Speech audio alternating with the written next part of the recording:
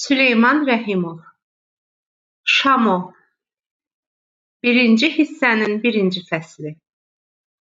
Qaçırılan qız. Şehli kəndinə axşam çökürdü. Günəş öz sarı tellərini yığıb kəndin qabağındakı dağın arxasına enirdi. Qız və gəlinlər köşkəndən qayıdırdılar. Safo kişi kahanın üstünə çıxıb intizarla boylandı. Ancaq qızı Gülsənəmi görə bilmədi. O kahanın üstündən düşüb tələsik kəndə getdi. Qızlardan Gülsənəmi soruşdu. Hamı onun cırcır bulağında birdən yuxa çıxdığını söylədi. O tez geriyə, kəndin ucqarına qayıdıb yeraltı kahasına girdi. Köhnə zoğal ağacını əlinə alıb qızını axtarmaq üçün təpələrin arası ilə cırcır bulağına tərəf yollandı. Qaranlıq qatılaşırdı. Safo kişi meşəni gəzdi, dağa daşa çıxdı. Gülsənəm, Gülsənəm deyə qəhərli səslə qızı çağırdı. Lakin onun səsini şırıltı ilə axan sular, bir də sakitcə dillənən meşə eşitdi. Safo kişi axşamdan xeyli keçmiş, yenə öz kahasına qayıtdı. Gülsənəmin evə gəlmədiyini gördükdə bir an naçar dayandı. Sonra birbaş Alo kişigilə getdi. Alonun oğlu Həzi evdə yox idi. O bir gün əvvəl dəyirmana dən aparmış, orada növbəyə dayanmışdı. Alo kişi isə adəti üzrə eyvanda ağac çarpayının üstə yatmışdı. Safo Alonun çarpayısına yaxınlaşdı. Əli ilə Alonu tərpədib oyatdı. Əhvalatı açıb ona söylədi. Alo cəld yatağından qalxdı. Paltarını geyinib çomağını götürdü və dinməz söyləməz Safo ilə birlikdə cırcır bulağına tərəf yola düşdü. Onlar ikilikdə qaranlıq meşəni bir yerdə axtardılar. Hər tərəfə baxıb Gülsənəmi çağırdılar. Ancaq heç bir cavab gəlmədi. Axırda qayıdıb cırcırın yanında dərin sükut içində dinməzcə dayandılar. Alo əyilib ağzını göy qayadan sızan suya söykədi. Hirslə bir neçə qurtum içdi. Sonra qalxıb iri qonur bığlarını silə-silə dedi. Ay balam, bu qız niyə bir tikə çörəyə dönsün axı? Safo kişi ümidsizcəsinə çiyinlərini çəkib, mən də lap məəttələm, dedi. Quruyub qalmışam. Adam da heç qız xeylağını meşəyə tək başına buraxarmı? Deyə Alo dönüb yola düşdü. Alo qabaqca, Safo kişi də onun dalınca qüssəli halda addımlayırdılar. Bu hadisə onların hər ikisinə dağdan da ağır gəlirdi. Hirs Alonu boğurdu. De bir şey olsun, deyə söylənirdi. Onda sən gəl bu cəmaatın ağzını saxla. El içində töhmət yükündən çıx görək. Başına dik papaq qoy, gəz görək. Kimin hiləsidir? Hansı düşmənin əlidir? Danışdıqca Alonun qanı coşur, elə bil o da gecə kimi qaralırdı. Kəndin kənarına yaxınlaşanda Alo arxasına baxdı və bir söz demədən Safo kişidən ayrıldı. Safo yol ayrıcında tək dayandı. Sakit əsən yel yola səpələnmiş narın tozu asta-asta qaldırır, qaranlığın içi ilə sürükləyirdi. Safo ətrafa baxdı. Təklik və köməksizlik onu sanki birdən-birə öz dişli məngənəsi arasına alıb sıxmağa başladı. Çünki o, ömrü uzunu sabah bugündən yaxşı olar deyirdi.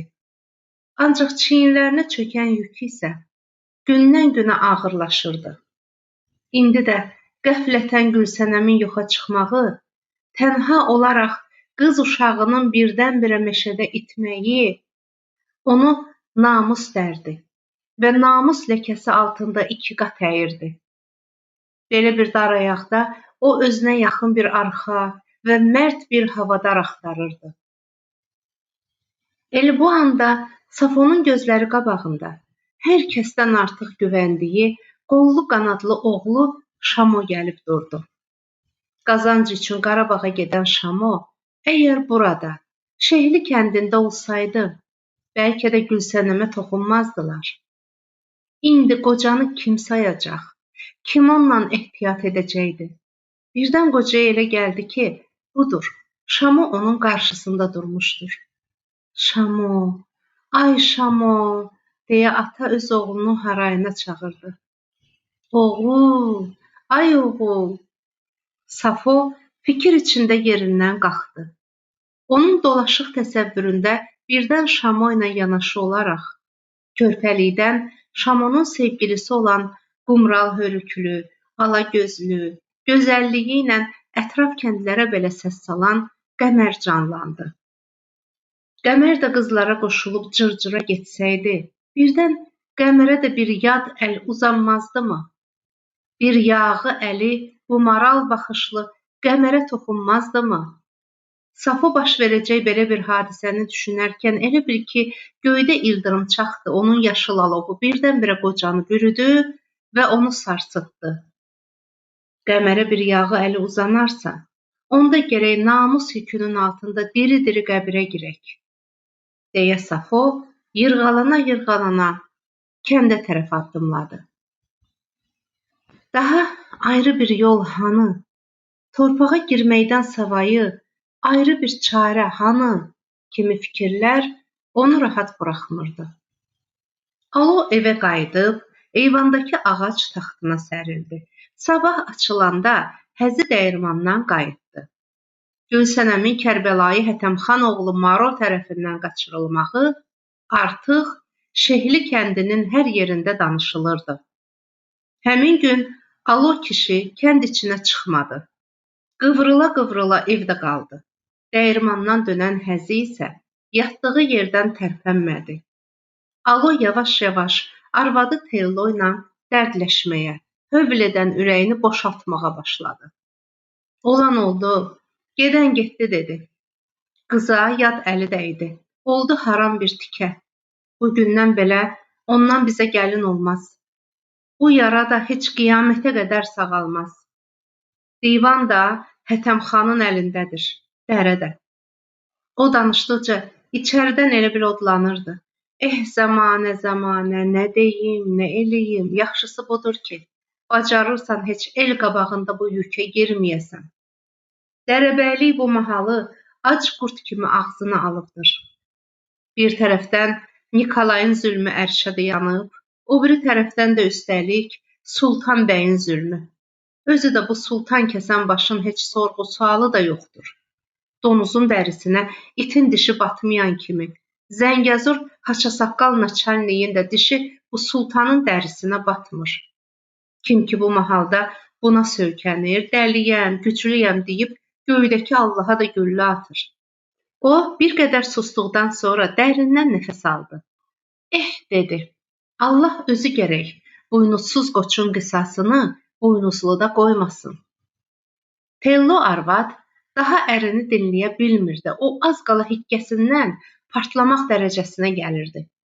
Bu hamısı sənin kişiliyindəndir, deyə Alonun üstünə bağırırdı. İndi qiyamət töhməti alnımızda damğalandı. İndi Araz da heç bu ləkəni yuya bilməz. Səbr ilə halva bişər, ey qora səndən. Bəsləsən, atlas olar tut yarpağından, deyə Alo kişi təsəlli verirmiş kimi özlüyündə çarə axtarırdı. İndi arvad, təhərimiz ancaq səbr eləməkdir. Örkən nə qədər uzun olsa, doğanaqdan keçər. Şahın da qaraçıya işi düşər. Görək nə olacaq, nə vaxt əlimizə fürsət düşəcəkdir. Mən də bilirəm ki, kişi papağı namus üçün başına qoyur. Yoxsa isti soyuq üçün bir dəsmal bağlardı, arvad. Birdən qızışan qoca dayandı. O fikirləşdikcə belə bir dar gündə Safodan ayrıldığı üçün özünü danladı. Yazıq neyləsin, dedi, əlini patavasına atıb baldırını sarımağa başladı və oğlu Həzinin hələ də üzü quyulu yatdığını gördü. Ta niyə elə ağzı üstə düşmüsən, dedi. Birdən yenə səsini qaldırdı. Balam, qız ağacı, qoz ağacı, hərə bir salba atar, biz də birini atdıq, düşmədi. Düşmədi də, burnuvu niyə elə bir qarış sallayırsan? Gülsənəm barmağında üzüyübü, başında yaylığı aparmayıb ki. Əlbət bizim də atımızın alnına bu dünya üzündə bir gün doğar, onda görərlər analar necə oğlan doğub. Düşməni yuxuya verib girəvəni gözləmək gərəkdir. Mən bilirəm ki, əvvəl-axır namus ləkəsinə ancaq qırmızı qan yuyar. Həzini yerdə sərili görən anası Tello öz oğlunu dümsüklüyüb boğuq bir səslə "Dədənin üzü hər iki cahanda qara olsun" dedi. Bulud kimi dolub qəhərləndi. Vaxtında toyubu düzəltmədi. İşi bugün sabaha saldı. Dur başıva dönüm. Onu niyə ürəyvə salıb yekə bir dərd eləyirsən? Keçib, təki mənim oğlum olsun. Bu dünyada qızdan da çox qız. Həzi ata-anasına heç bir cavab vermədən kinini ürəyinə keçirdi. Alov kişi bu hadisəni nə qədər özündən uzaqlaşdırmaq, qovub aralamaq istəsə də buna müvəffəq ola bilmədi. Aloya elə gəlirdi ki, o kənd arasına çıxarsa hamı ona baxacaq, göz qırpıb he, istehza ilə güləcək. Bir ağızdan binamus deyib pıçıldaşacaqlar. Bəs indi nə olsun? Düzünə qalsa, Maro heç bir vaxt Gülsənəmlə dilləşib danışmamış. Özü də bu haqda heç ağıllı başlı düşünməmişdi. Ancaq o Gülsənəmi cırcır bulağında görüncə, ona birdən diqqətlə baxmış, yaman qəşəng qızdır, cahıllıqda keyfimizə korluq çəkdirməyək, deyib qəflətən zoğal yığdığı yerdə qızı yaxalamış, ağzına dəsmal basıb sürüyə-sürüyə qaçırmışdı. Əhvalatdan xəbərdar olan Kərbəlayi Hətəmxan oğlunun bu hərəkəti barəsində arvadı pasını bərk danlayaraq "Mən hara, Safo hara" deyə Maronun südünə söymüşdü. Onun bu evdə daha heç bir alıb verəcəyi yoxdur. Mən də elə bilərəm sonsuzam. Elə bilərəm oğulsuzam. Pası da oğlu Maroya bir ana kimi köməkçi çıxmadı. Bu gözlənilməz xəbər onu da ilan kimi sancdı. O dodaqaltı mırıldandı. Oddan kül törər, dedi. Gülsənəmə qarşı söyləndi. Qızışmışın bir qızışmış. Baxarıq, deyə əllərini qolayladı. Sən bu evdə oturub arvad olsan, onda gərək mən atamın qızı pası olmayam. Maro isə 3 gün Gülsənəmlə Səfiqulular kəndində atası Kərbəlayi Hətəmxanın siğə qardaşlığı Hacı Səfiqulunun evində qaldı. Gülsənəm gündüzləri nəmi altında ağartı qazanlarının arasında oturur, gecələri də ev sahibinin xırda qızı Balabəyimlə bir yerdə yatırdı. Hacı Səfiqulu da qardaşlığı Kərbəlayi Hətəmxan kimi bu işdən pərt idi. Gizlində Maroya qarşı dişini qıcıyıb, gör kimi alır, deyib mırıldanır, zahirdə isə əlbət qəzanın qisməti belə imiş deyə Gülsənəmi evinə buraxmaqda özünü doğrultmaq istəyirdi. Gülsənəm nə qədər ağlayır, özünü ora-bura çırpır, məni buraxın deyirdisə də heç kəs onu eşitmirdi. Ancaq yanına hərdən bir gələn təzə gəlinlər, ay bacı, toxta, əvvəllər elə belə olur, birazdan sonra balla yağ kimi qovuşacaqsınız, deyə ona toxtaqlıq verirdilər. Hər iki kəndin hörmətli ağsaqqalları, başda Molla Qafar olmaqla, Kərbəlayi Hətəmxana neçə gün minnətçi düşüb, onu yola gətirməyə çalışdısa da, Kərbəlayı haşa deyə öz inadında möhkəmcə dayanırdı. Ancaq heç bir ağsaqqal nə Gülsənəmdən, nə də atası Safodan bu haqda bir söz soruşmur, onları adam yerinə qoyub araya gətirmirdi. Ağzı söz tutan Kərbəlayı bərk dayanıb. Kişinin Allahı var. Əngəri dünyanı bürüyübdür. Safo onun babı deyil ki, deməklə onu doğrultmağa çalışırdı. O, xambəylə diz-dizə oturub, heç şahla şilə yemir ki, bığı bulaşar. 5-ci gün sübh tezdən qırçınlı ağ samavar hələ aralıqda səslənərkən, yenə də Molla Qafar 2 nəfər şehli ağsaqqalı ilə özünü Kərbəlayı Hətəmxanın evinə saldı. Kərbəlayının qonaqlara acıqlı baxmağına əhəmiyyət verməyərək, yenə də pası öz qaydası ilə Molla Qafara xoş sifət göstərdi. Süfrəyə əlavə yağ, qaymaq, bal gətirdi, rəngli çaylar süzülüb düzüldü. Molla Qafar bol yeməyi gördükdə rahatca bardaş qurub qarnını doydurandan sonra qırmızı qabıqlı, uzun saplı çubuğunu fısqırtdı. Tənbəki ilə doldurub damağına aldı. Molla öz dəmisini xeyli tüstülətdikdən sonra mətləb üstə gəlib, Kərbəlayı deyə uzada-uzada danışmağa başladı. Xudavəndi Təbarəkin şəriətini, cəmaatın adətini, həmd olsun sən özün bu mahalda hamıdan yaxşı bilirsən. O qızı daha heç vəcinə geri qaytarmaq olmaz. Zira onda o biçarə qız haram ət kimi olar. Şəriət atalıq haqqını da deyir. Nə qızdan başlamısan? Güya bir xotkarın qızıdır. Geri qayıtmalıdır vəssalam. Kərbəlayı Hətəmxan əlini fərşə çırpdı. Molla, çox da çürüyünü çıxarmaq olmaz. Siz Kərbəlayı doğru buyurursunuz, deyə Molla Qafar təmkinlə israra başladı. Zira indi bu nagüvara əhvalat xəlaiq arasında sizin hörmətinizi, şərifinizi xələldar edə bilər. Leyk, bugün izin verin, o qaçırılan qızın nikahını əqd edim. Bir həftədən sonra Əxrəbin özü Safonun o qaçırılan qızını talaqdan salar. Ağsaqqallardan biri yerində qurcalanıb, Axund düz buyurur, deyə mollanın sözünə qüvvət verməyə çalışdı. Kərbəlayı, bizim məqsədimiz də sənsən. Yoxsa Safo zahirən qəzəblənsə də, bu qohumluğa o içəridə sevinir. Bu söhbətlərə qulaq verən pası əlindəki padnosu yerə tullayaraq, hələ ki Safonun aşığı alçı durub dedi. Uzanandadır tamaşa. Onda gərək mən dədəmin qızı olmayam. Molla Qafar gözaltı pasıya baxıb, pası bacı, deyə əli ilə göz qapağı ilə qaraldılmış saqqalını tutdu. Bəs mənim ki bu xanənin xeyirxahı olduğumu Xudavənd özü yaxşı bilir. Mən olan yerdə sən mənim məsləhətimə şübhə edirsən? Bunu mən heç bir zaman böyük bacımdan gözləməzdim. Əxəvim Kərbəlayı bir qədər tündməcazdır. Leyk, ürəyi gül kimi saf, təmiz və pakdır. O mənim bu dudmana olan nəvazişimi çox yaxşı bilir.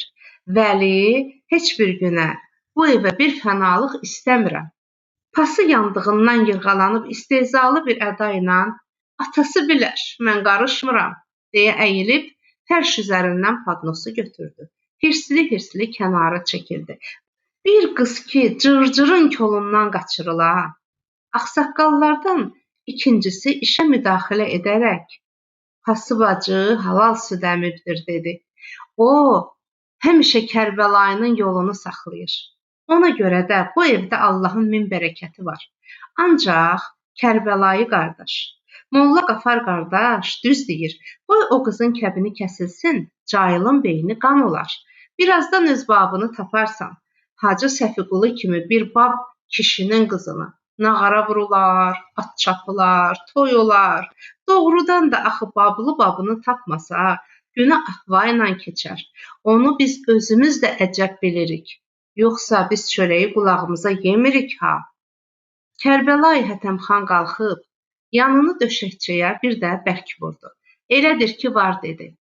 Mən də elə razı ola bilmirəm ki, qalan ömrüm günüm bu dünyada ahva ilə keçər. Bab olmayan bir qarnı açıqla qohum olmaq mənim işim deyildir. Birinci ağsaqqal öz yoldaşına tərəf başı ilə işarə edərək, xalq Allah-Allahla day öyrədir, dedi. Sən də babdan başlayıb, quyruğunun altına bir vələ qara tikan qoyursan ki, nədir, misal tapmışam. Molla Qafar hər iki ağsaqqala gözünü bərəldərək, əlini döşünə qoyub yumşaqlıqla, əxə bilər, dedi. Əxə bilər. Və xatiri mən, siz iltifat buyurun, Kərbəlayı ilə mən özüm məxsusi danışacağam. Molla eyni yumşaqlıqla Kərbəlayı Hətəmxana müraciət etdi. Siz Kərbəlayı və Pası bacı məni yaxşı tanıyırsınız deyib ağ sarıqlı başını əsdirdi. Vəli, əzbəs ki, mən dəxi sizdənəm. Əs-Səlmani minni, yəni Səlman da bizdəndir. Bizim bu hörmətli ağsaqqallarımız da həmçinin. Əzbəs biz ayrı-ayrı adamlar da olsaq, həddi zatində biz bir tənik. Sizin halal kəsbin və neyməti bu şiyyarın xudavəndi büzürgüvar huzurunda həmişə bol olmağını görməkdir. Amma qaçırılan qızı qaytarmaq cəmaatın adətinə ziddir. Biz onu ərz etmək məqsədindəyik. Əvvəlinci ağsaqqal, Molla Qafar Quran kimi söz danışır dedi. Biz sənin xatirin üçün xəstə yatırıq, yoxsa kimdir Safonu sayan? Biz bu adı sanı deyirik. Molla Qafar yenə Hətəmxana tərəf dönüb, Vəli, mənim ərz-i bəndəçiliyim məhz elə bundan ibarətdir ki, deyə eyni israrla davam edib uzada-uzada danışdı. Hətəmxan isə əsəbi halda dodaqaltı kənara zəli oğlu zəli əl çəkməz ki, dedi. Yeməyə özünə yer tapıbdır. Molla Qafar isə öz danışığına davam edərək, Vəli böyle bir hədis də var ki, deyə xütbə oxuyar kimi biraz ucadan başladı. Bir gün övliyalardan biri öz mübarək atına süvar olub şikara çıxır. Vəli, əsna-i rahidə bir pirani kişi bunun atının dırnağına səcdəyə enir. İltimasi duadan fariq olandan sonra bir neçə sual-cavab dəxi rədbədəl olur. Ən nəhayət kişi sual edir ki, ya əbəta, dünyada nə daha pisdir və nə əşəddi günahdır? Övliya xeyli fikirdən sonra buyurur ki, ey pir, bir qəlbi sındırmaq, Kəbə-i Beytullahı dağıtmaqdan daha əşəddi günahdır. İndi siz mənim qəlbim, deyərək Molla Qafar öz uzun və ala bəzək-yüsür təsbehini çıxarıb qalın dodağını tərpətməyə başladı. Bir an aralığı sükut bürüdü. Kərbəlayı Hətəmxan qalxıb ətəyini silkələdi. Əyləşən adamları toz bürüdü. O hirsli addımlarla evdən çıxdı. Mən bilmirəm, heç bunların axı nə it azıbdır. Hamısı bir qarın çörək üçündür.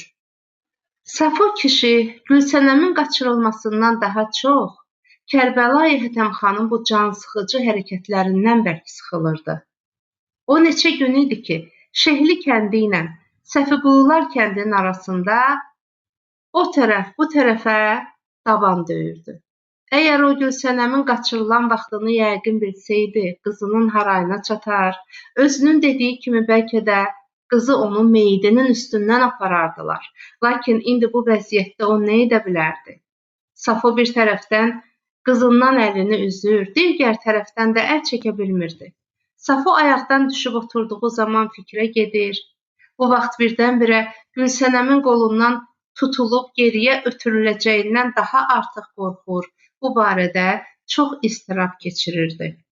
Axşam düşür, qara bir çiskin yerə enir, sıx dumanla birlikdə Hacı Səfiqulunun eyvanına dolurdu. Ala-qara köpəklər eyvanın küncündə həyətin külək tutmayan yerində büzüşüb yatır, başlarını qıllıboyun dəriləri içərisində gizlədirdilər. Yolağadan gələn hənirtiyə qarşı onlar hamısı birdən xəbər tutmuş kimi sıçrayıb, yerbəyer qalxdılar və həyət qapısına tərəf atıldılar. Paltarı su çəkib ağırlaşmış Safonu itlər dörd yandan qamarladılar. Çuxasının bir qolunu geymiş, o biri qolunu sallaq buraxmış Hacı Səfiqulu itlərin səsinə özünü bayıra atdı. O itlərə hayqırdı. Ala-qara itlər sahibinin zəhmli səsinə tabe olub cön götürdülər. Hacı Səfiqulu Safo kişi ilə üz-üzə dayanaraq onun üst başına diqqətlə göz yetirdi. Əşşi, buralarda nə gəzirsən, dedi. İtiyi itmiş adam kimi xəlvəti. Safo kişi İki əli ilə tutduğu uzun əl ağacına çənəsini söykəyib, nəfəsini dərə-dərə "Uşağı görmək istəyirdim, hacı" dedi. "Bizim qızı, Gülsənəmi. Neçə gündür bu arada daban döyürəm, gəlib qayıdırdım. Olmaya Asafo, indi daha aparmağa gəlmisən?" Bu sorğu sanki Safonun ürəyini qoparıb, onun ayaqları altına atdı. O udqunub ağacını yan tərəfə tutdu. Əyilib qalxdı. Hacının gözlərinin içinə baxıb, başını buladı. Yalvarıcı bir səslə, "Yox" dedi, "Hacı, yox." Hacı Səfiqulu ət basmış gözlərini qıyıb, xeyli kiçiltdi. Sonra sol gözünün quyruğu ilə Safonu süzüb, "Qaraçuxan durub, dedi. Olmaya şadlıq və şənlik edirsən, Asafo. Yoxsa neçə gündə bu arada qol götürüb oynayırsan?" Safo kişi dinməzcə yerə baxdı. Onun paltarının hər yamağından su süzülürdü. O, uzun əl ağacını irəliyə atıb, addımlarını sulu zığdan qaldırmaq istərkən, hacı onun döşündən geriyə itələyərək, "Hara belə?" dedi. "Ay Allahın dil bilməzi." Safo kişi başı qaldırmadan cavab verdi. "Dedim ki, uşağı görmək istəyirəm. Dedim görüm qız necədir?" "Necə olacaq ay Safo? Görmədiyi günü görür. Buğda çörəyindən yeyir. Canı sənin o qılçıqlı arpa kəpəyindən qurtarıbdır." "Xi, sən get öz günüvə ağla." Hacı istehzadan yaşaran gözlərini sildi. "İndi də dön şehliyə qədər oyna. Bu uzun ağacığı saz elə, çal." Safo yerində dayanıb, təkrar ağaca söykəndi və gözlərindəki rişxənd yaşlarını silən hacıya baxdı. Hacı bu dəfə kal öskürəklə eyvana keçdi. Safo ondan əl çəkməyərək, irəliyə yeriyib eyvanın qabağında dayandı. Üzünü hacıya tutub, "Uşağı görmək istəyirdim" dedi. "Hacı, o qızı..." Hacı bu dəfə əlini əlinə vurub şapqa çəkib, bərkdən güldü və sonra əllərini irəliyə tullaya-tullaya, "Eşşəyə minib bəxti açılıb" dedi. O, özünü çətinliklə saxladı. "İndi onun da payını özün ye, Allah'a da şükür et. Birazdan sən də bizim yazıq Hətəmxanın o haşan-kaşanından, tör-töküntüsündən yeyəcəksən. Boynun supa boynuna dönəcəkdir." Hacı təkrar əlini əlinə vurub, elə qaqqıldadı ki, onun qara saqqalı arasından enli, qalın qırmızı dodaqları və uzun, sarı dişlərinin hamısı göründü. "Boynun tir, supaya." Safo hirsindən titrəyərək, "Boynu tir supa sən böyüklükdə olar." Qoca qeyzindən əsim-əsim əsdi. "Ver mənim uşağımı, ver mənim qızımı." Safo ağacını tovlayıb irəliyə hücum çəkdi. Hacı isə cəld küncə yüyürüb, tutarlı bir odun yarmaçasını qapdı. Safonun başına endirərkən, o ağacı ilə yarmaçanın qabağını aldı. Hacı öz gücsüzlüyünü görüb bir anda qıvrıxıb, qara qıllı köpəkləri cındırlı qocanın üstünə tökdü. İtlər quduzlaşmış canavar kimi Safonu aralığa aldılar. Hacı öz itləri ilə birlikdə Safonu süpürlədi. Safo əlindəki ağacla özünü həm hacıdan, həm də itlərdən qorumağa çalışırdı. Birdən elə bu vaxt qoca karıxdı. Üzü üstə yerə yıxıldı. Hacı fürsət tapıb, əlindəki yarmaçı ilə onun üstünə düşüb, döyəcləməyə başladı. Bu zaman hacının arvadı içəridən çıxıb, uzun bir qıyıya çəkdi. İtləri qovdu və ərinin üstünə qabarıb, "Qudurmusan?" dedi. "Ay hacı, Allah adamı başına daş salmazmı? Bu nədir belə öz qapında?" Səsküyə Gülsənəm çölə çıxmaq istərkən içəridən astanada dayanmış Maro onu döşündən geriyə itələyib, "Sən belə hara saxsağan kimi səkirsən" dedi. "Dünya dağılmadı ki." Cındırlarından indi də qan süzülən Safo barmaqları üstə qalxıb boylanıb kədərli bir səslə, "Qızım" dedi. "Canavarlar qaçıran quzum." Bu zədəli səs Gülsənəmin sinəsini bir ox kimi dəlib keçdi. O hıçqıraraq içərisində "Dədə" deyə çağırdı. "Bəs Şamu hardadır?" İkinci fəsil. Yandırılan kağız. Molla Qafar axşam namazı üçün yenə də sarı avtofon ləyəndə dəstəmaz alırdı. Şarlı asma lampa balaca xalçalarla döşənmiş otaqçanı solğun rənglə işıqlandırırdı. Buxarıdan düşən qırmızı közlər isə sac ayağı üstə qoyulmuş qalaylı qazançanı buğlandırırdı. Nurcahan sarı rəngli samavarın qabağında oturub, güllü boğma stəkanları qırmızı haşiyəli ağ məhrəba ilə silirdi. Kiçik pəncərələrin qırmızı naxışlı pərdələri salınmış, içəridə bir xudmanilik yaranmışdı. Buxarının yanındakı taxtçaya xeyli meşin cildli kitablar və maldili bayazlar yığılmış, onların üzərinə nazik bir tənzif tozu basmışdı.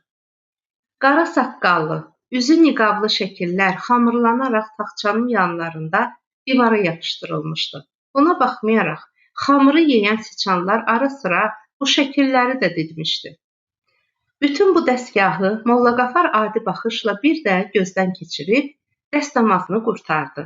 Başını dolandırıb evin qaranlıq divarlarını diqqətlə seyr etdi. O araqçını qaldırdı. Sonra da gödək boğaz naxışlı yun corablarını çıxarıb, ayaqlarına məs çəkdi. Dönüb Nurcahana qıyğacı nəzər saldı. Nurcahan çox təmiz geyinmiş, üzünü yaşmaqsız buraxmışdı. Molla Qafar xəyala dalıbmış kimi bir sifət almağa çalışaraq, Nurcahan, mənim canamazımı ver, bir ibadətlə məşğul olum, dedi.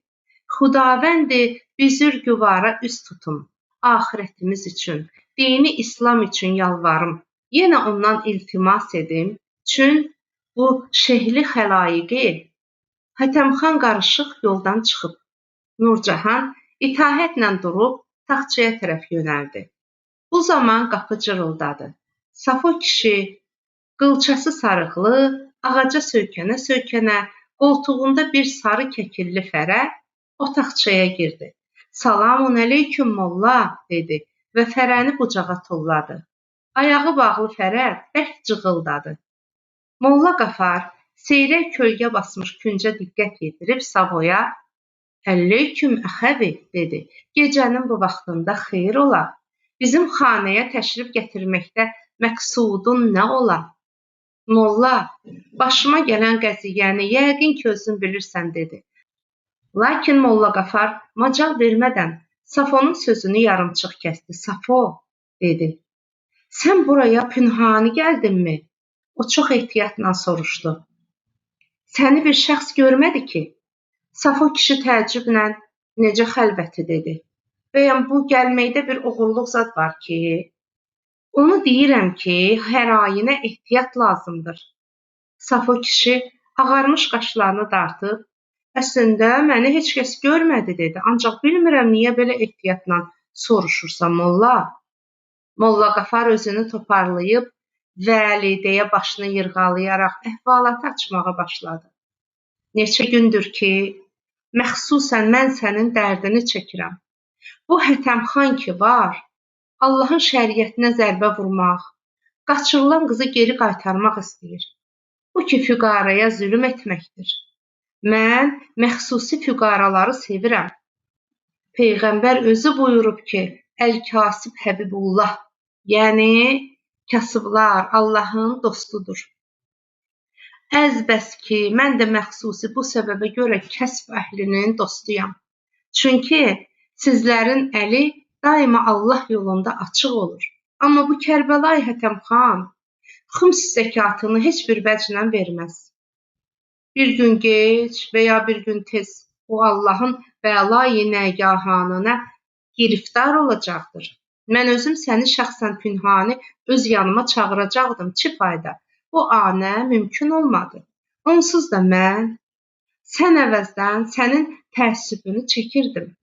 Bilirəm ki, sən arif və kamil adamsan. Mənim rəncimə, yəni zəhmətimə qiymət verərsən, vəli, xidmətlərimi özün dərk edərsən. Safo kişi mətləbi uzadan mollanın sözünü kəsdi. Mənim ayrı dərdim var, dedi molla. Lakin Molla Qafar Safo kişiyə etina etmədən mətləbinə davam etdi. Vəli, heç qəm yeyib dərd çəkmə, deyə yenə də sözünü uzatdı. Mən özüm məxsusi bu xətanı rəf edərəm. Qaldı ki, məhəbbət duası yazaram, mehriban olarsınız. Varlı evdir, necə də olsa, sən də kasıb adamsan. Bir tərəfdən xahinə, xahi, sən də daraşıb, bol çörəkdən qarın dolusu yeyərsən. Hər addım başı bir toxmaq kimi Safonun başına dəyən bu sözlər onu hər şeydən çox sıxırdı. Ona bəzən elə gəlirdi ki, güya bağışlanılmaz bir cinayət edibdir. Safo kişi dişlərini qıcıyıb kinli bir inilti ilə yan tərəfə dedi: "Ah, qız yükü, duz yükü. Bu zamanda qızın olmaqdansa 1000 manat qızıl borcun ola." Sonra Safo kişi özünü düzəldib mollaya tərəf qəzəblə onun çörəyi öz başına dəysin dedi. "Mənə bir qulaq kağız yaz, gedirəm." Molla Qafar bu işdən razı olub tələsik soruşdu: "Nə kağız Safo? Yəni namə yazım deyirsən? Mənə bir barmaq kağız yaz, Qarabağa gedən var, göndərirəm uşağa, Eloğlu kəndinə, Kankanın üstünə, o yəqin uşağa çatdırar." Molla üzünü arvadına tərəf tutub, "Nurcahan, qalx ayağa," deyə taxtçıya tərəf boylandı. "Mənim qələmdamımı mənə gətir bir görüm." Nurcahan mühti bir hərəkətlə ayağa qalxıb taxtçadakı kitabların arasından qara qələmdanı götürüb mollaya tərəf uzatdı. Molla qələmdanı çəkib, qamış qələmi əlinə aldı. Onu baş barmağının dırnağına toxundurub ucunu yoxladı. Sonra qələmi mürəkkəbə batırıb cibindən bir parça kağız çıxartdı və onu iki barmağının üstündə dolayı tutub, "Söylə görüm Safo, nə yazım?" dedi. "Buyur görüm, əxəbim." Safonun qılçası bərk ağrısa da, canını dişinə tutub oturmadan boğazını mollaya sarı uzadıb, "Yaz," dedi. Molla: "Yaz ki, oğul, neçə gündür ki, bacıvı Hətəmxanın oğlu cırcırdan götürüb qaçırıbdır. Yaz ki, indi də Hətəmxanın alt dodağı yer süpürür, üst dodağı göy. Bu, qohum olmaq deyil, adam bastamaq, sataşmaqdır. Yaz hamısını." Molla Qafar ehtiyatla dayanıb Safodan təkrar soruşdu: "Sən buraya gələndə, əxəbim, bir şəxs səni görmədi ki?" "Görəndə nə olar ki, ay molla? Bunu niyə bir də soruşursan?" "Dedim ki, yox da. Yoxsa ucunu tutub bu qədər də ucuzluğa getmək olarmı? Sən mən deyənin hamısını yaz." "Bilirsən, əzizim, pünhan iş yaxşı olar," deyə molla başını əsdirdi. "Hər ayin nə təqiyyə lazımdır. Rəncidəçiliyin nə mənası var? Yaz ki, Şamo, Hacı Səfiqulu məni öz qapısında rüsvay elədi. Yaz ki, hacı itlərini mənim üstümə tökdü. Yaz ki," Safo dərindən nəfəs alıb sözünə davam etdi. "Yaz ki, oğul, təkəm, harayıma çat." Molla Qafar quruyub, cırıldayan qamış qələmini saxlayıb, "Elə bunu?" deyə soruşdu. "Qurtardınmı?" Safo qısa və əzinlik bir səslə, "Hə," dedi. "Daha nə olacaq? Bir qulaq kağız." Molla Qafar bir an fikrə getdi. Bu işlərin içindən əngəl çıxacağından yamanca qorxuya düşdü. Birdən yazılan namə çatar, Şamo öz yoldaşı Fərzəli ilə Qarabağdan gələr, Gülsənəmin üstündə bir qan xata doğar. Onda Molla Qafarın yaxası əldə qalmazmı? Bu vaxt Molla Qafarın başına bir müsibət gəlməzmi? Buna görə Molla Qafar əlinə qələm götürdüyünə belə peşman olub, bir bəhanə axtarmağa çalışdı. "Bəlkə əxəbim Safo, mən özüm bir əmin şəxslə bu naməni Qarabağa Şamonun üstünə göndərtdirim, hə?" "Yox molla," deyə ağacına söykənən Safo başını buladı. "Heç yox molla. Mən özüm gərək öz əlimlə kağızı uşağın üstünə yola salam. Həm də dil cavabı o adama tapşıram ki, Şamo, ocaq üstə, yağın daşsa da durmayıb gələsən. Nədən ki, yaman günümdür. Nədən ki, qaradan artıq nə rəng. Həm sənə toxunalar, həm sənin üstüvə itləri saldıralar. Daha bundan böyük rüsvaçılıq nə olar?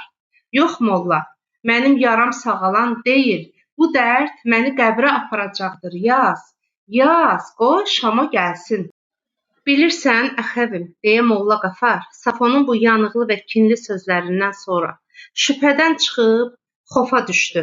Öz otaqçasının seyrək işıq düşən künclərinə belə göz gəzdirməyə başladı. Yox, əxəvim, mən əsla istəmirəm ki, bu vəziyyətdən Kərbəlayı Hətəm xan bizdən iştibaha düşə.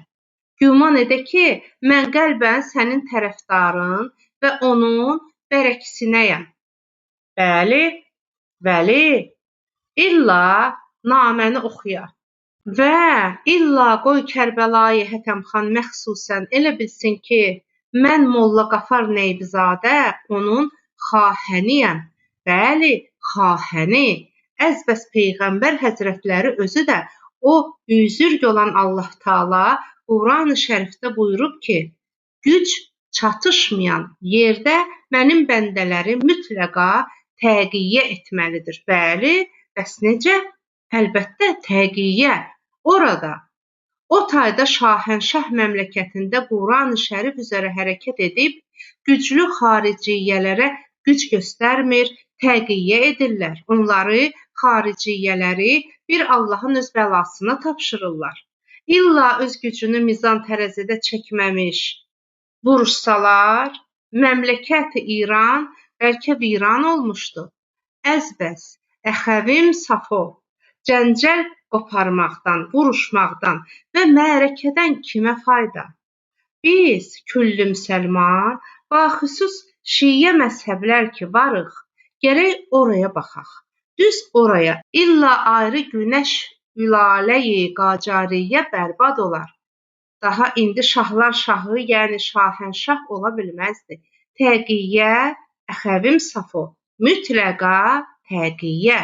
Mən özüm də hər namaz üstündə xanədan-ı şahənşahiyə dua oxuyur, Allah-u Teala'dan onun salimliyini iltimas eləyirəm.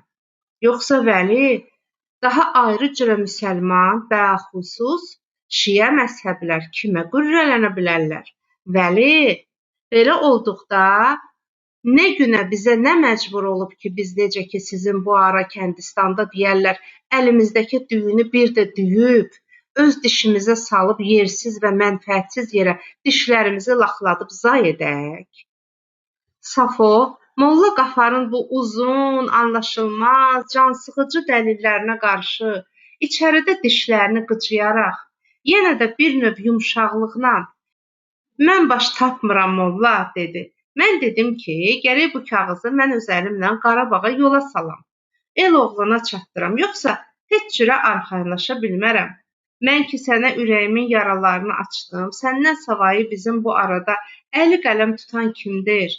Talıbxan yüzbaşının Mirzəsi Çopurov da mənə heç kağız yazarmı?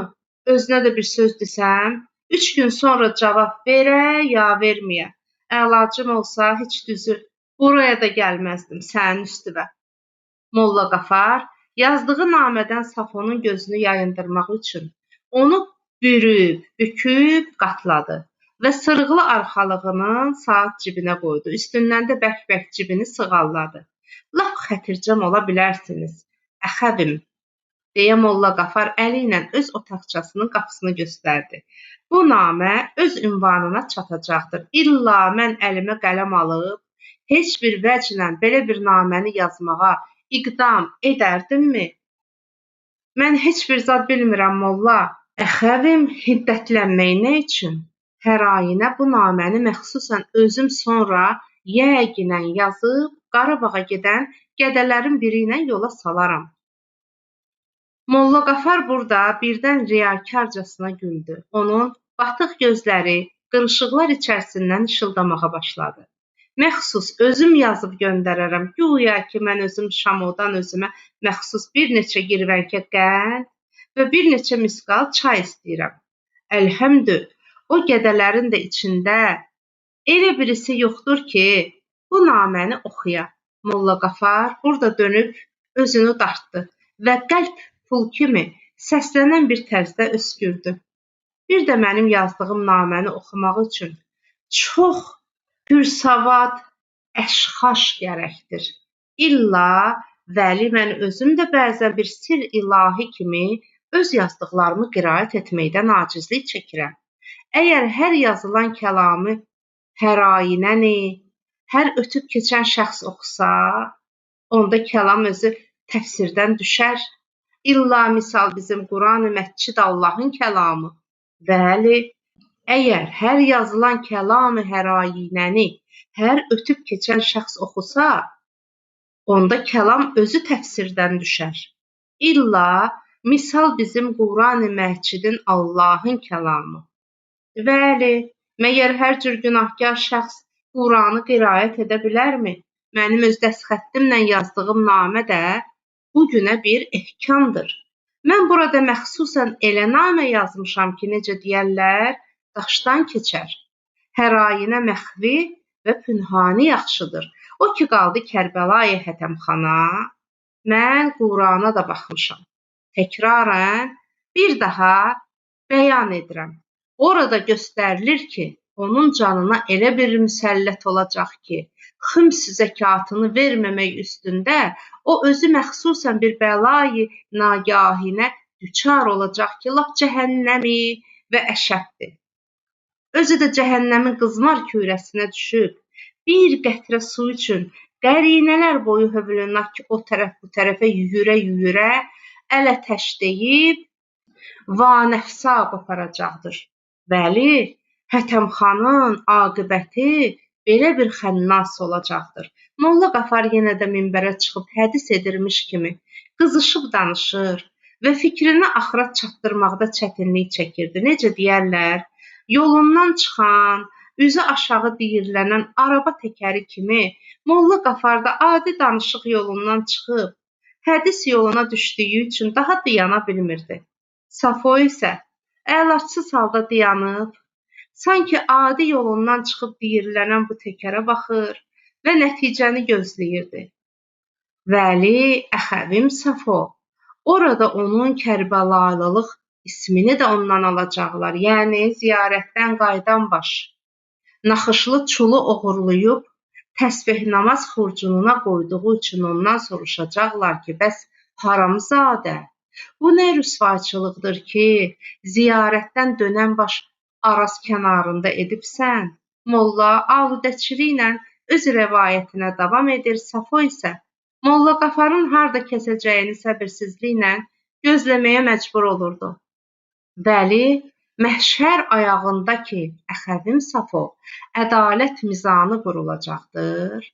Bu günə günahlar və ayrı günə savablar ki, son misqalına qədər mizan ediləcəkdir. Sonra sən öz gözlərinlə orada görəcəksən ki, Hətəmxanın günahları bu Çalbayır dağlarından da cəsamətli və ağıraqdır.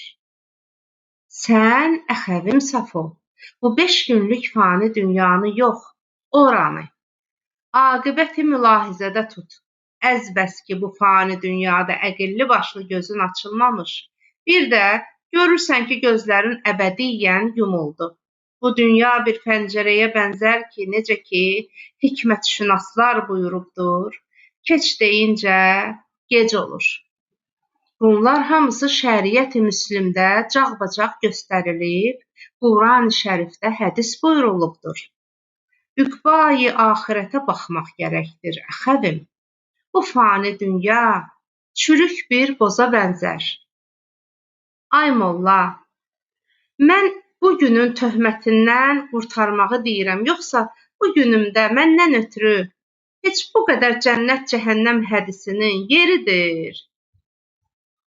Küfür danışma əxəvim Safo, deyə Molla Qafar dizləri üstündən qalxdı. İslam üçün həmişə, hər zaman gərək biz ruhani atalar Allahın ehkamını çatdırıb onu qəflət yuxusunda qoymayaq. Yəni qoymayaq ki, o xorhaxor yata və axirət dünyasından qafil ola. Əşi, nə yatmaq ay molla, deyə Safo Molla Qafarı süzüb, acı-acı güldü. Neçə gündür ki, gözümə çimir də getmir. Yaralı qılçamın üstündə durmaqdan qılçam da şişib, kötüyə dönübdür. Sən kağızı ver, sonra gəlib hədisə qulaq asaram. Yox, əxəvim Safo, məqsudum sənə çatmadı, deyə molla gözlərini otaqçasının tavanına tərəf çevirdi. Hamısına bax, o bir Allaha tapşırmaq, mən onu deyirəm. Mən uşağın kağızını özüm gərək bir salamat ələ tapşıram molla. Xeyr, əxəvim, deyə Molla Qafar ayağa durub, otaqçanın bir səmtinə çəkildi və canamazını yerə sərib, sarı gildən yoğurulmuş yastı naxışlı möhürü onun üstünə qoydu, sonra qamətini düzəldib həzin bir səslə Allahu Əkbər dedi və uzada-uzada, özü də ucadan namaz qılmağına davam etdi. Allahu Əkbər, Allahu Əkbər, Allahu Əkbər. Safo kişi Molla Qafardan əlini üzüb, küncə atdığı sarı kəkilli fəriyə tərəf həsrətlə baxdı və kinlə qapıdan çıxdı. Bəli, Allahu Əkbər dedi. Allahu Əkbər. Safonun çıxıb getdiyini görən Molla Qafar namaz üstündən yarımçıq qalxıb közərən buxarıya yanaşdı. Cızmaqara etdiyi kağızı cırıq-cırıq elədi, buxarının içinə atıb yandırdı. Bəli, hər ayinə belə kağızların qalmağındansa yandırılması yaxşıdır, deyib səsini ucaltdı. Allahu Əkbər. 3-cü fəsil. Görünməz gəlin. Arası kəsilmədən Molla Qafarın Kərbəlayı Hətəmxan evinə daban döyməsi Kərbəlayının canını xirtdəyinə yığmış və onu tamamən bezdirmişdi. Ancaq necə olsa da bugün o, palıd qozasından pəndəm olmuş əbrəş qoçun kababından xudmani yemək üçün ayrı bir səylə hazırlaşırdı. Damın orta ocağı üzərində uzanan yağlı şişlərin qoxusu bacadan üzü yuxarı çıxaraq damın yanındakı 8 gözdən ibarət alt-üst otağı bürüyürdü. Hətəmxan isə kabab qoxusundan məst vəziyyətinə düşərək özlüyündə bugün heç olmasa bir çörəyimizi daha qulağı dinc yeyərik fikri ilə otağın pəncərəsindən qapıya tərəf baxdığı zaman Molla Qafarın çiynində qara əba, əlində dəmir əsa, yanlarını basa-basa gəldiyini gördü. Hətəmxan cəld fərş üzərinə süfrə salmaq istəyən arvadı Pasıya tərəf dönüb, tez bir yığışdır, dedi, bu süfrəni. Pası ona tərəf təəccüblə, niyə, deyə heyrətlə soruşdu. Nə olub ki, belə Kərbəlayı? Hətəmxanın bir gözü pəncərədə, o biri gözü pasıda olduğu halda söyləndi. Süfrəni yığışdır demirəmmi, görmürsənmi çalağan kimi bu qara molla ocağın qırağından əl çəkmir. Elə bil zalım oğlu quzğun kimi qanadına baxır. Lap vaxtında hazırına salam yetirir. Elə bil, bəs kafir oğlu məndən ötürü İranı butaya adlayıbdır. Elə bil atası naib it oğlu öləndə bu səğirin qolundan tutub mənə tapşırıb ki, Hətəmxan, bu səğirdən müğayət ol. Hey qurt kimi bu evi sökür, bircə dəfə də doydum deyib bizdən üzülmür. Səndəki arvad, bu ev eşiyi dartıb tökürsən bu qara qurdun qabağına. Sümür ki, sümürəsən. Qara zəli kimi. Neyliyim ay Kərbəlayı, deyə pası arvad da naçar deyindi. Molladır da, qismət onun həmişə hazır süfrəyə gətirir. Allah özü ona görünür, pay yetirir. Kərbəlayı Hətəmxan başını bulamağa başladı. Bu qara qurd əl çəkən deyil, ta bizi bu dağılmışdan köçürməsə. Özü də gedib gəlmək, bu işi uzandırmaya salmaq bunun canındandır. Yaxşısı budur. Biz bu gözə görünməz gəlinə razı olaq. Bir həftəliyə o qız buraya belə xəlvəti gəlin gəlsin. Gədənin də keyfi pozulmasın, sonra sən özün onu elə əlaltı öz atasının xarabasına yola salarsan. Daha daramdurum, toyzad yox. Belə gözə görünməz gəlin sayaq bir şey. Pası özünü yenə eyni əda ilə bir kənara çəkərək mənciyəz qarışmıram, deyə partlamağa başladı. Avara küçük saxlayanın qoltuğunda bir təhnə çörəyi gərəkdir. O sənin oğlun, o da sənin gözə görünməli olmayan gəlinin. Allahvara özünüzü götürüb, Gürubbadan bu yuxarı qayadan atın. Pası söylənə-söylənə hövllə dönüb o bir otağa keçdi. Kərbəlayı Hətəmxan isə pasının dalınca dişini qıcıyıb yırğalandı. Hıqqanıb mənə yurtçu doğmusan. Səni bizə urcaq eləyən tümbətin olsun. Əzəldən bu evə qaradaban gəldin, indi də qaradaban gedirsən.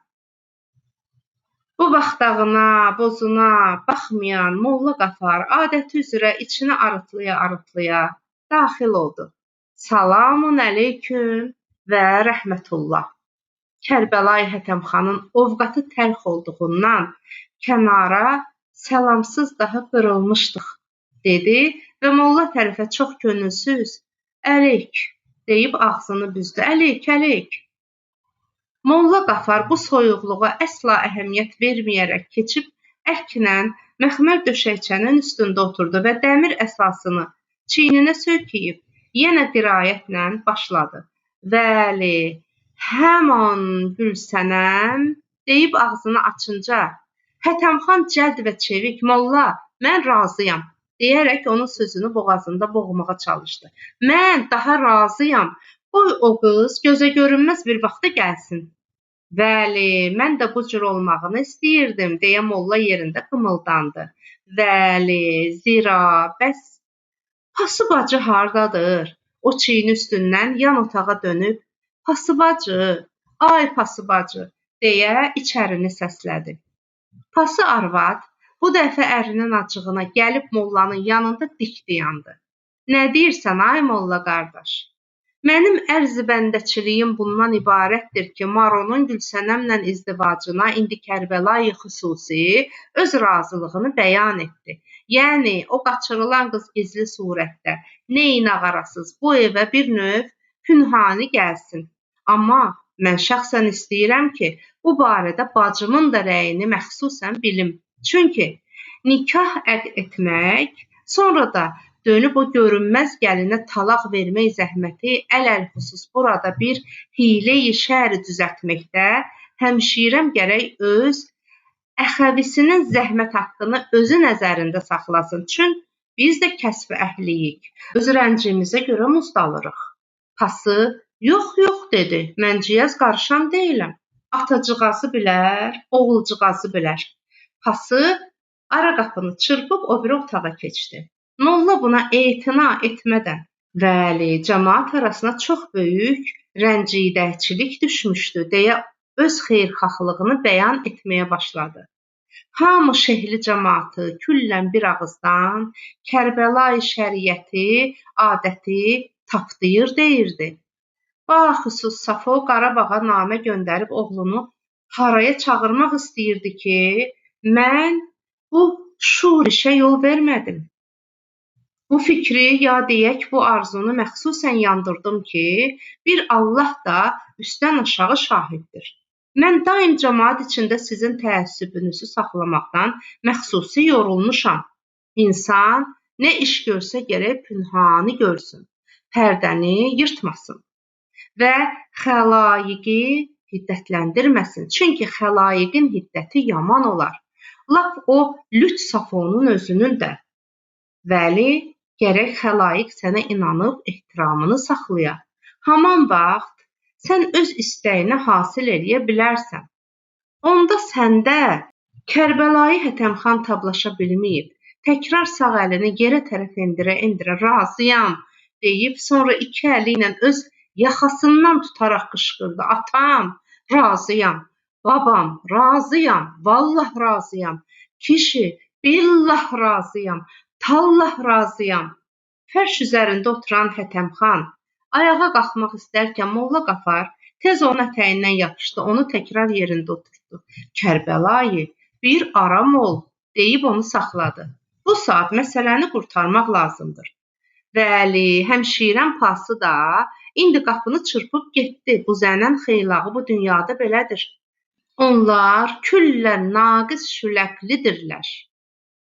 Amma siz ki, həm də olsun məxsusi kamal sahibisiniz. Siz ki, bilirsiniz, o günləri sizin ovqatınızın təhv olmağını əhv etmək olardı, amma zənən xeylağının belə-belə hərəkətlərini deyincə Kərbəlayı Hətəmxan yenə də hirslə sıçrayıb ayağa qalxdı. Sonra əyilib 3 kərə Mollanın sağ qulağına var gücü ilə bağırdı. Molla, razıyam, Molla Qafar. Razıyam, məndən üzül. Mollanın qulaq pərdəsi az qaldı ki, partlasın. O, huşunu itirərək Əlini qulağına gətirib uşaq kimi ufuldadı. Kafər oğlu, məhz qulağımı zay eləmədimi? Payızın çiskinli dumanlı günü az-az ayazıyırdı. Səfiqulular kəndinin qabağındakı hündür yal ilə Şehli kəndinə tərəf gedən yol ara-ara görünürdü. Bu yol yuxarı 2 atlı dırmanırdı. Atlılardan qabaqda gedəni başını gah aşağı sallayır, gah da qaldırıb ayazımış tala çöllərə baxırdı. Onun arxasınca gedən atlının tərkində qırmızı saçaqlı yaylığa bürünmüş Gülsənəm yola və yoldan aşağı uçurum sinədəki cavan meşəliyə baxırdı. Onlardan heç birisi dinib danışmırdı. Ancaq atların burunlarından çıxan fınxırtılar, ayaqlarının altından qopan xırdaca daşlar ətrafa səs salırdı. Onlar bu qayda ilə yoxuşu qalxıb dağın başına çıxırdılar. Yuxarı yaldan baxınca Şehli kəndinin qaranlıq duman içində olduğu görünürdü. Maro kəndin bu halda olmasını görüncə üzərindən ağır bir yükün götürüldüyünü hiss edirdi. O qəsdən atın cilovunu yığır və sürətini azaldırdı. Atlar üzü aşağı addım-addım, sürüşə-sürüşə enirdilər. Atlar aşağı endikcə cırcır bulağından qalxan uzun ulas ağacları görünürdü. Yolun kənarında yağışın təsirindən qırmızı zoğallar xamırlayır, sarı, yaş xəzəllərin üstünə tökülürdü. Şişkin boz əzgillər lütləşən budaqlarda görünürdü. Qara böyürtkən salxımları çürüyür, turş bir kip qoxusu verirdi. Quş armudular, qara gilələr isə öz qabıqlarını şirin, bal şəhdli şirə ilə doldururdu. Bunları gördükcə Gülsənəm cırcır bulağına gəldiyi günlərini, qız gəlindən üzüldüyünü, qəflətən yaxalanıb qaçırıldığını xatırlayır, ensiz sinəsi qabarır, enirdi. O, öz-özünə, kaş ki ölüb burada qalaydım, kişini o günkü halda görməyəydim, deyib, ixtiyarsız bir halda gözlərini sildi. Hacı, köpəkləri ilə kişini öz qapısında nə günə saldı?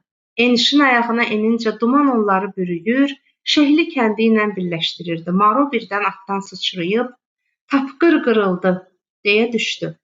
Yəhərin qayışlarını əlləşdirdi və düzəltməyə başladı. Bu zəhrimarlar da lap çürük kəndirə dönüblər ha. Atlar cilovları gəmirir, ayaqlarını irəliyə uzadır, quyruqlarını yana sallayırdılar. Maro isə yəhərlə əlləşirdi.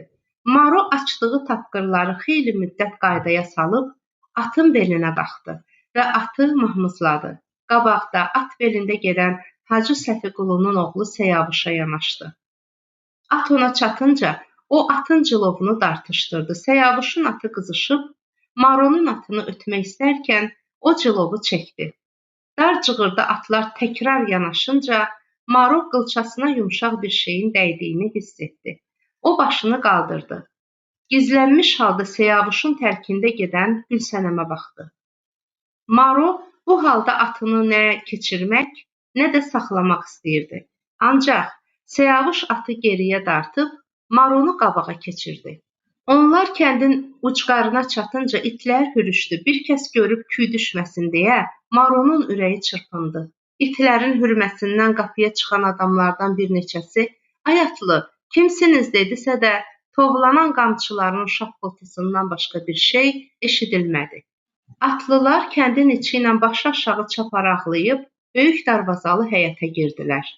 İtlər qalxıb Maronun səsini eşidincə yerlərinə qayıtdılar. Nökərlər Qaradamdakı ocağın qırağında özlərini oda verib çarıq patavalarını qurudurdular. Onlar Qədirin keçəl nağılına qulaq asıb gülüşürdülər. Maro onlardan heç birini səsləmədi və Seyavuşa tərəf dönüb "Sən də heç səsini çıxarma" dedi. "Əmi oğlu, qoy heç bir kəs bilməsin, heç kəs görməsin." Seyavuş itaəti andıran bir tərzdə qaranlıqda başını əydi. Maro atdan düşdü. Tez Gülsənəmi Seyavuşun tərkindən alıb yerə qoydu. Gülsənəm yerdə səndirləyincə Maro istər-istəməz "Qılçaların ağrımır ki", deyə dilləndi. Başını biraz gizli anamın yanında. Sonra onlar hər ikisi atları tövləyə çəkdilər. Maro cəld eşiyə qayıtdı. Quş kimi çəpər dibinə qısılıb gizlənmiş Gülsənəmin qolundan tutub onu alt otağa gətirdi. Pası onları içəridən qapı astanasında qarşılayıb, "Ay gəlin, xoş gəlmişsən" deyib kinli ilan kimi fısıldadı. "Səfa gətirmisən. Ay abırlı, həyalı, görünməz gəlin." Pasının fısıltı ilə deyilmiş bu kinayəli sözləri iti bir xəncərə çevrilib Gülsənəmin ürəyinə saplandı. Görünməz gəlin. Dəyərli izləyicilər, Süleyman Rəhimovun Şama romanının davamını dinləmək istəyirsinizsə kanalımı izləyin, abunə olmağı yaddan çıxarmayın.